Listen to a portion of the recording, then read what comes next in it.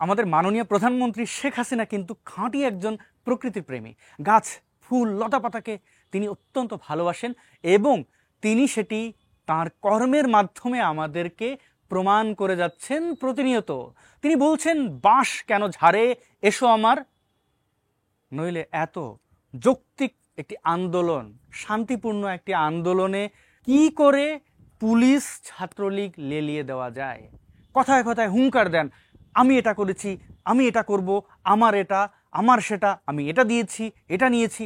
সব কিছুই তিনি পৈতৃক সম্পত্তি মনে করেন। গণমানুষের স্বাধীনতা তিনি দায়িত্ব নিয়ে কেড়ে নিয়েছেন এবং নির্লজ্জের মতো সেই কেড়ে নেওয়াকে জাস্টিফাই করছেন এবং তিনি মনে প্রাণে বিশ্বাস করেন তিনি যা করছেন সেটা একদমই ঠিক কাজ। তাই তো তিনি পুরো বাঁশ ঝাড়কে তার দিকে আহ্বান করছেন। একজন স্বৈরাচার যখন ভুলে যায় সে স্বৈরাচার, তখন তার পক্ষ থেকেই এরকম ভয়াবহ আচরণ আমরা দেখব। প্রিয় বন্ধুগণ, ছাত্রদের সাথে তিনি একের পর এক রসিকতা করেছেন, তুচ্ছ তাচ্ছিল্য করেছেন। সময় এখনো ফুরিয়ে যায়নি, আজকের দিন পর্যন্ত কিন্তু তিনি ক্ষমা সত্যিকার অর্থে ছাত্রদের কাছে চাননি। হ্যাঁ, বিভিন্ন অজুহাত তিনি বারবার যেটা করেন, হ্যাঁ এটা পুড়লো কেন, এটা ভাঙলো কেন, ওরা এটা করেছে, ওরা ওইটা করেছে। তিনি সহ তার লেলিয়ে দেওয়া যে সন্ত্রাসী গোষ্ঠী আছে, ছাত্রলীগ, হেলমেট বাহিনী বা পুলিশ বাহিনী বা এখন মিলিটারি, বিজেপি, তাদেরকেও আবার বাদ রাখি কি করে? তো তাদেরকে তিনি কি শিখিয়ে দিলেন যে এরা রাজাকার, এরা শিবির, আমরা সহি মুক্তিযুদ্ধের আদর্শ ধারণ করি। দীর্ঘদিন অন্যায়ভাবে ক্ষমতা দখলের পর থেকে শেখ হাসিনা ভুলে গেছেন মানুষের স্বাধীনতার প্রশ্নটি। তিনি ভুলে গেছেন বলেই তো ছাত্রদের এই যৌক্তিক দাবিকে নিয়ে তিনি মশকরা করেছেন, তুলনা দিয়েছেন যে কোটা মুক্তিযোদ্ধার নাতিরা পাবে না তো কি রাজাকারের নাতিরা পাবে নাকি, এবং তার যে গুন্ডা বাহিনী ছাত্রলীগ তাদেরকে লেলিয়ে দিয়েছেন পুলিশদেরকে। এবং পরবর্তীতে তারাই বলছেন যে ছাত্রলীগ সোনার ছেলে, তারাও মারা গেছে, কান্নাকাটি করলেন, পুলিশ এটা করে নাই, পুলিশের ইউনিফর্মে দুষ্কৃতিকারীরা নাকি এই ধরনের আচরণ করেছে, মানে মানুষকে হত্যা করেছে। এই ধরনের আসলে নির্লজ্জ মিথ্যাচার, মানুষের সাথে এরকম তিরস্কার করা, হত্যা পরবর্তী, এটাকে কেউ মেনে নেবে? তিনি কি ভাবেন? ধরছি জেনজি, তারা আসলে অনেক কিছু দেখেননি। যারা 90s-এর, 80s-এর, 70s, তারা কি দেখেননি কি ছিলেন শেখ হাসিনা, বাংলাদেশের ইতিহাস কি? পুরো দায়িত্ব নিয়ে এই শেখ হাসিনা আমাদের মুক্তিযুদ্ধের ইতিহাসকে বিকৃত করেছেন। মুক্তিযুদ্ধের চেতনা বিক্রি করতে গিয়ে তিনি সেই 1971-এর মহান মুক্তিযুদ্ধে যারা ঘাতক দালাল, রাজাকার শিবির, তাদেরকে মানুষের কাছে স্বাভাবিক করে ফেলেছেন।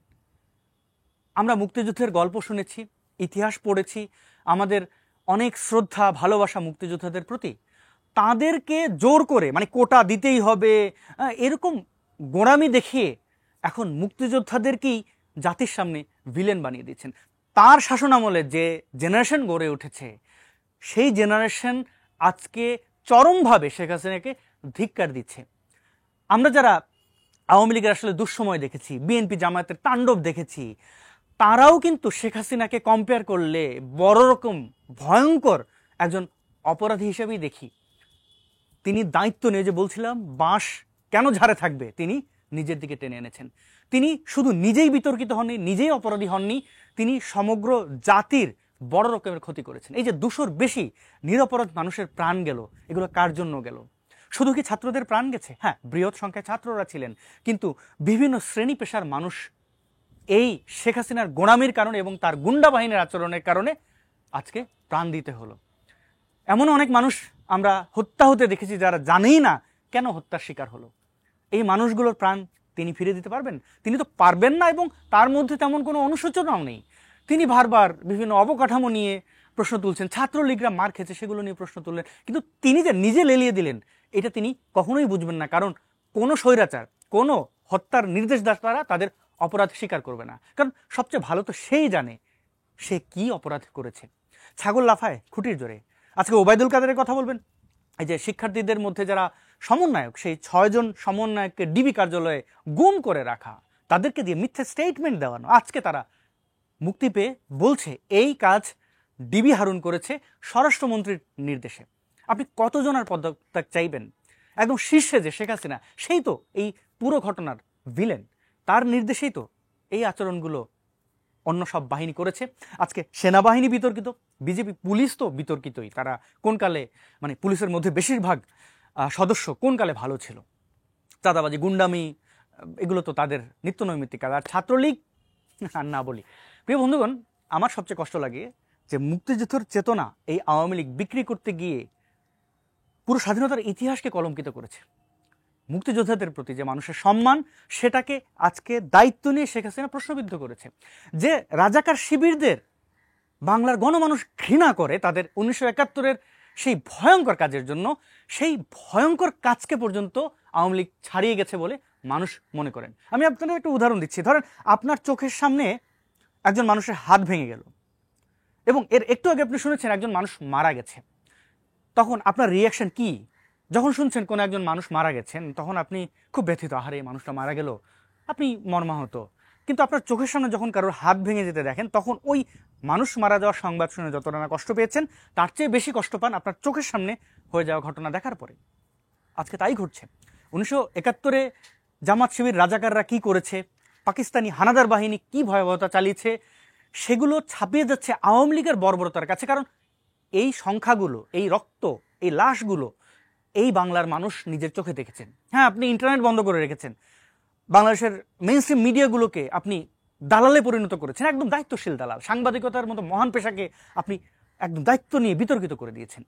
তারপরে মানুষ দেখেছে আপনার মন্ত্রীরা ইন্টারনেট বন্ধ করে দিয়ে আপনার নিজের যে পেজ, মানে বাংলাদেশ আওয়ামী লীগের পেজ, সেটি কিন্তু অ্যাক্টিভ ছিল। এই বাংলাদেশ আওয়ামী লীগের কোনো অ্যাডমিন কিন্তু দেশের বাইরে নেই।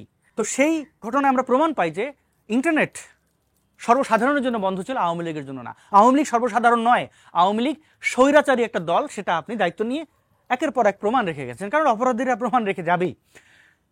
এই যে পলক ফেসবুক বন্ধ করে দিয়ে সে নিজে একের পর এক ফেসবুকে পোস্ট করে গেছে। স্টিভ জব্বারকে নিশ্চয়ই আপনারা চেনেন। সে ভিপিএন কিনে মানে ব্যাপক উৎসাহ উদ্দীপনার সাথে এটা প্রকাশ করছে যে আমি ভিপিএন কিনে ফেসবুকে আসলাম। দেশের মানুষকে আপনি অন্ধকারে রেখে তাদের অধিকার হরণ করে আপনি নিজে অধিকার ভোগ করবেন, আর দেশের মানুষ তাকে তাকে দেখবে না। হ্যাঁ, আপনাদের অনেক অন্যায় অবিচার এই দেশের মানুষ সহ্য করেছে। এই জেনারেশন জেনজি, যাদেরকে আপনি রাজাকার আলবদর আল শামসের নাতিপুতি বলছেন, তারা আপনার একের পর এক এক অপরাধ সহ্য করে গেছে। কাল হয়তো ভালো দিন আসবে, বা এই ধরনের রক্তপাতে হয়তো এই জেনারেশন বিশ্বাস করে না, বা আমাদের জেনারেশন বা আমাদের আগের জেনারেশন সবাই আসলে মুখ বুজে সহ্য করেছে কতকাল। আপনি এই দেশ থেকে প্রথা বিরোধী মানুষ যারা সত্য কথা বলে তাদের বিতাড়িত করেছেন। আজকের এই পুরো আন্দোলনের ঘটনায়, হতাহতের ঘটনায় আরেকটা জিনিস স্পষ্ট হয়েছে, এই ধর্ম ব্যবসায়ী, মোল্লা মুন্সি, ইসলামপন্থী যে দলগুলো রয়েছে তাদের নেতাগুলো কত বড় বড় এক একটা দালাল। আজকে অনেকেই প্রশ্ন তুলছেন মাশরাফি কেন কথা বলছেন না, আরে তিনি তো আওয়ামী লীগের এমপি। ব্যারিস্টার সুমন কেন কথা বলছেন না, আরে তিনি তো আওয়ামী লীগের এমপি। সাকিব আল হাসান কেন কথা বলছেন না, আরে তিনিও তো আওয়ামী লীগের এমপি। আরও অন্যান্য যারা ইনফ্লুয়েন্সার আছে তারা কেন কথা বলছেন না? কেউ জীবনের ভয়ে কথা বলছেন না, কেউ স্বার্থের জন্য কথা বলছেন না। হয়তো তাদের অনেক ব্যবসাপাতি আছে আওয়ামী লীগের সাথে, অনেকে অনেক কারণে কথা বলছেন না। কিন্তু মোল্লা মুন্সিদের আটকালোকে। এই মোল্লা মুন্সিরা না দাবি করে তারা সত্যের প্রচার করছে, তারা কাউকে ভয় পায় না, হ্যাঁ, তারা জেল জুলুম কোনো কিছুই ভয় পায় না। কোথায় এখন চুপ কেন? কোথায় আহমদুল্লাহ, কোথায় আজারি? তো দেশের বাইরে। এরকম সকল মোল্লারাই কিন্তু চুপ, কারণ এই দুই পক্ষই ব্যবসায়ী। আওয়ামী লীগ চেতনা ব্যবসায়ী, এই মোল্লা মুন্সিরা ধর্ম ব্যবসায়ী। তাদের স্বার্থ এক জায়গায়। এই মোল্লা মুন্সিরা প্রতিনিয়ত মানুষের অধিকারের প্রত্যেকটা জায়গায় খর্ব করে এসেছে। আপনি কি পড়বেন কি পড়বেন না, কি খাবেন কি খাবেন না, কিভাবে চলবেন কি চলবেন না, সেগুলো নিয়ে তারা রক্তপাত ঘটিয়েছে। রাস্তায় নেমে বাইতুল মুকাররমের সামনে রীতিমতো হুঙ্কার। তারা আজকে কিন্তু এই স্বৈরাচারের পক্ষে দাঁড়িয়েছে। এই আন্দোলনের শুরুতে যখন আমি দেখেছি ছাত্ররা অনেক জায়গায় অন্যায় করছে, অছাত্র সুলভ আচরণ করছে, তখন আমি আসলে ছাত্রদের সমালোচনা করেছি। আমি সমালোচক, আমার কাছে সমালোচনা করা। সেই ক্ষেত্রে অনেকেই আমাকে মনে করেছেন যে আমি বোধহয় আওয়ামী লীগের সমর্থন করছি। না, আমি তা করিনি। ছাত্রদের আন্দোলনে ঢুকে যদি কোনো সন্ত্রাস ছড়ায়, তাহলে সেই দায়ভার ছাত্রদের, তারা আটকাবে। হ্যাঁ, আমরা দেখেছি কয়েকটি জায়গায় ছাত্ররা পুলিশদেরকে প্রথমে মেরে পরে বাঁচিয়েছে, মানে হত্যা করা থেকে বাঁচিয়েছে। কিন্তু ঘটনা তো তারাও ঘটিয়েছে, আগুন দেওয়া, অনেক পুলিশ সদস্যকে বা ছাত্রলীগদের মেরে ফেলার চেষ্টা বা মেরে ফেলা, এগুলো তারা করেছে। যখন কোনো সূর্য সন্তানরা অন্যায় করে, প্রথম কাজ হয় সেই অন্যায়টাকে থামানো। পুলিশ সন্ত্রাসী, ছাত্রলীগ সন্ত্রাসী, এগুলো আমরা সবাই জানি, তাদের ব্যাপারে নতুন করে বলার কিছু নেই, যেখানে পুরো বাংলাদেশের মানুষ বলছেন। কিন্তু অপরদিকে এই আওয়ামী লীগের গুন্ডারা যেটা করছে, সবাইকে জামাত শিবির ট্যাগ দিচ্ছে। আমি একজন ধর্মে অবিশ্বাসী মানুষ, আমাকে পর্যন্ত জামাত শিবিরের দোসর বলেছে। হিন্দু ধর্মাবলম্বীদের, খ্রিস্টান ধর্মাবলম্বীদেরকে এরা ট্যাগ দিচ্ছে জামাত শিবির। মতের বাইরে গেলে জামাত শিবির ট্যাগ দিয়ে আজকে জামাত শিবিরের ভয়াবহতাটাই কি তারা দায়িত্ব নিয়ে মুছে দিল। আজকে জামাত শিবিরের কুকীর্তিটাকে তারা দায়িত্ব নিয়ে মুছে দিল, মানুষের কাছে জামাত শিবিরকে হিরো বানিয়ে দিল। এই অন্যায় কি সর্বসাধারণ কখনোই ক্ষমা করবে না। সামনে আরো অনেক অন্যায় আসছে। শেখ হাসিনার মধ্যে কোনো অনুশোচনা নাই। তিনি চাইলে এখনো ক্ষমা চাইতে পারতেন, মন থেকে যদি ছাত্রদের কাছে ক্ষমা চাইতেন এবং তিনি তার অপরাধ স্বীকার করে শাস্তি জনগণের কাছে চেয়ে নিতেন, মানুষ ক্ষমা করে শান্ত হয়ে বাড়ি ফিরে যেত। আমি এটা এখনো বিশ্বাস করি। আমাদের সাধারণ মানুষরা আসলে এই রক্তপাতে বিশ্বাস করেন না। এই শেখ হাসিনা তো ক্ষমা চাইবেই না, কারণ সে এই ডানপন্থীদের সাথে, গুন্ডাদের সাথে মিলেমিশে আছে। আজকে বাংলাদেশের প্রগতিশীলদের দায়িত্ব নিয়ে দেশ ছাড়া করেছে, চাষাবাদ করেছে মোল্লা মুর্শিদের মডেল মসজিদ। এই মাদ্রাসার অযোগ্য ছাত্রদের তিনি ঢাকা বিশ্ববিদ্যালয়ে সনদ দিয়ে দিয়েছেন। আজকে সেই মসজিদের মাইক থেকে তার পতনের ডাক আসছে। আজকে ছাত্রদের ব্যানারে যারা সহিংসতা ঘটিয়েছে তাদের চেহারা দেখেন, অ্যাক্টিভিটিস দেখেন, আপনি বেশিরভাগ দেখতে পাবেন ওই মাদ্রাসা থেকে আসা। আমি নিবিড়ভাবে এই জিনিসটা অনুধাবন করার চেষ্টা করেছি। প্রিয় বন্ধুগণ, সামনে ধর্মীয় কার্ড খেলা হতে পারে, এটা আমার ধারণা। তারা ওই ইকবাল কাণ্ডের মতো কোথাও কোরআন রেখে দিয়ে, হিন্দু ধর্মাবলম্বীদের মন্দির পুড়িয়ে দিয়ে, খ্রিস্টান ধর্মাবলম্বীদের গির্জা ভেঙে দিয়ে নানান কাহিনী ঘটাতে পারে। অতীতে তো একের পর এক হিন্দুদের উপরেই এই ধর্মান্ধ মুসলমানরা আক্রমণ চালিয়েছে এবং মাঝখানে ফায়দা নিয়েছে আওয়ামী লীগ। এখন খ্রিস্টানদের উপর হতে পারে বা অন্য যে কোনো জাতিগোষ্ঠীর উপরে তারা বর্বরতা চালিয়ে, নাটক সাজিয়ে এই আন্দোলনকে থামানোর চেষ্টা করবে। শেখ হাসিনা এইরকম গুটিবাজি করেই কিন্তু ক্ষমতায় আছে। আপনারা অনুগ্রহ করে কোনো প্রকার সাম্প্রদায়িক দাঙ্গা তৈরি করবেন না। বাংলাদেশে কখনো সাম্প্রদায়িক দাঙ্গা হয় নাই। একপাক্ষিক ধর্মান্ধ মুসলমান কর্তৃক অমুসলিমদের উপরে নির্যাতন নিপীড়ন চালানো হয়েছে। এখন সেটা করেন না, পরেও করেন না। আপনি শেখেন দুর্বলদের উপরে আক্রমণ করলে কেমন লাগে। পাহাড়ে প্রতিটি শিশু বড় হয় আর্মির নল দেখে দেখে, তাদের স্বাধীনতা কেড়ে নেওয়া হয়। সেখানে বাঙালি ঢুকিয়ে পাহাড়িদের ধর্ষণ, নির্যাতন, নিপীড়ন এমন কিছু নেই যা করানো হয় না। আজকে সেই মিলিটারিরা সমতলে না।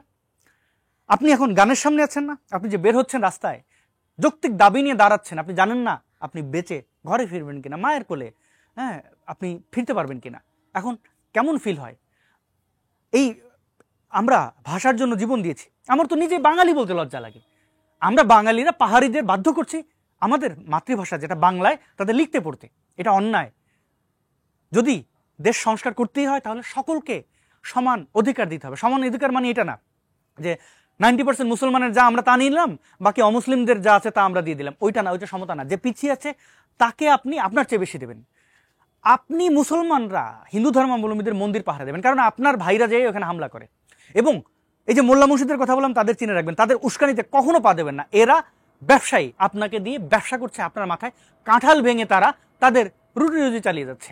মানুষের গণদাবিগুলোতে এক শ্রেণীর মানুষ আছে ধান্দায় ঘরে। মোল্লা মুর্শিদরা যেমন ধান্দায় ঘরে, আওয়ামী লীগ ধান্দা খুঁজছে, বিএনপি চিপা দিয়া ধান্দা খুঁজতেছে, জামাত শিবির তো আছেই, তেমনি সাইবার সন্ত্রাসীরাও ধান্দাবাজি করছে। ছাত্রদেরকে উস্কে দিয়ে, বিভিন্ন গুজব ছড়িয়ে তারা তাদের দোকান বড় করার চেষ্টা করছে। যে কারণে গতকাল আমি সাইবার কি যেন এটার নাম, সাইবার কমিউনিটি নামের একটা সাইবার সন্ত্রাসীদের পেজ ফেসবুকে অভিযোগ করে মুছিয়েছি। তো এই সাইবার সন্ত্রাসীদের ফাঁদে পা দেবেন না। তারা বলবে এইটা হ্যাক করছি, এটা বন্ধ করেছি। এগুলো সব ক্রেডিট চুরি, মিথ্যাচার। এগুলো কিছুই ঘটে না। তারা শুধুমাত্র তাদের ফ্যান ফলোয়ার বাড়ায়, তারপর আপনাদের ওই মোল্লাদের মতো কোর্স করাবে। মোল্লারা যেরকম ওয়াজ মাহফিলে মসজিদে দান বাক্সে টাকা নেয়, একইভাবে এরা কোর্স করানোর নামে মুসলমানদের কাছ থেকে টাকা নেয়। ওই যে লাল রনির কথা মনে নাই, তার পেজটাও আমি অভিযোগ করে চিরতরে মুছিয়েছি ফেসবুক থেকে, পেজ, প্রোফাইল সব কিছু। কোর্স চালু করেছিল, লক্ষ লক্ষ টাকা তারা এইভাবে ইনকাম করে। আমার কাছে ডেটা আছে। এই লালরনি তো প্রায় 40-50 লাখ টাকা এইভাবে হাতিয়ে নিয়েছে। আরও যারা দোকান খুলছে, কারোর দোকান থাকবে না।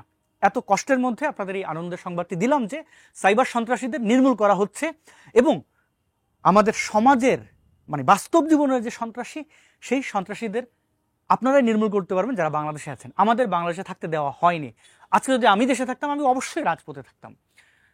নিজের দাবি নিয়ে রাজপথে দাঁড়ানোর মতো গৌরবের আর কিছু নেই। নিশ্চয়ই কোনো একদিন এই বাংলার রাজপথে ফিরবো, সেই দিন অবশ্যই আসবে। আমি গণমানুষের কাছে হাত জোর করে অনুরোধ করি, আপনারা অন্যায়কারীদের বিরুদ্ধে দাঁড়ান এবং সহিংস পদ্ধতি অবলম্বন করবেন না, শান্তিপূর্ণভাবে। দেখুন কত কত বিশ্ববিদ্যালয় থেকে গানের মিছিল বের হচ্ছে, সেখানে নেই কোনো ধর্মের ছোঁয়া, নেই কোনো সাম্প্রদায়িকতার বিষবাষ্প, নেই কোনো উস্কানি, নেই কোনো অস্ত্র। আপনারা সেভাবেই প্রতিবাদ করুন। এই সন্ত্রাসীদের থামাতে গেলে আপনাকে অবশ্যই সহিংসতার পথ ছেড়ে শান্তিপূর্ণভাবে প্রতিবাদ করতে হবে। এবং মনে রাখবেন, প্রত্যেকটা স্বৈরাচার শান্তিপূর্ণ আন্দোলনকে সবচেয়ে বেশি ভয় পায়। আপনি একটা ঢিল মারলে সেটাকে পুঁজি করে আপনার দিকে সে 10টা ঢিল মারবে, তাকে ঢিল মারার সুযোগ করে দেবেন না। ভালো থাকুন, আবার দেখা হবে। আজকের মতো এখানেই বিদায় চাইছি।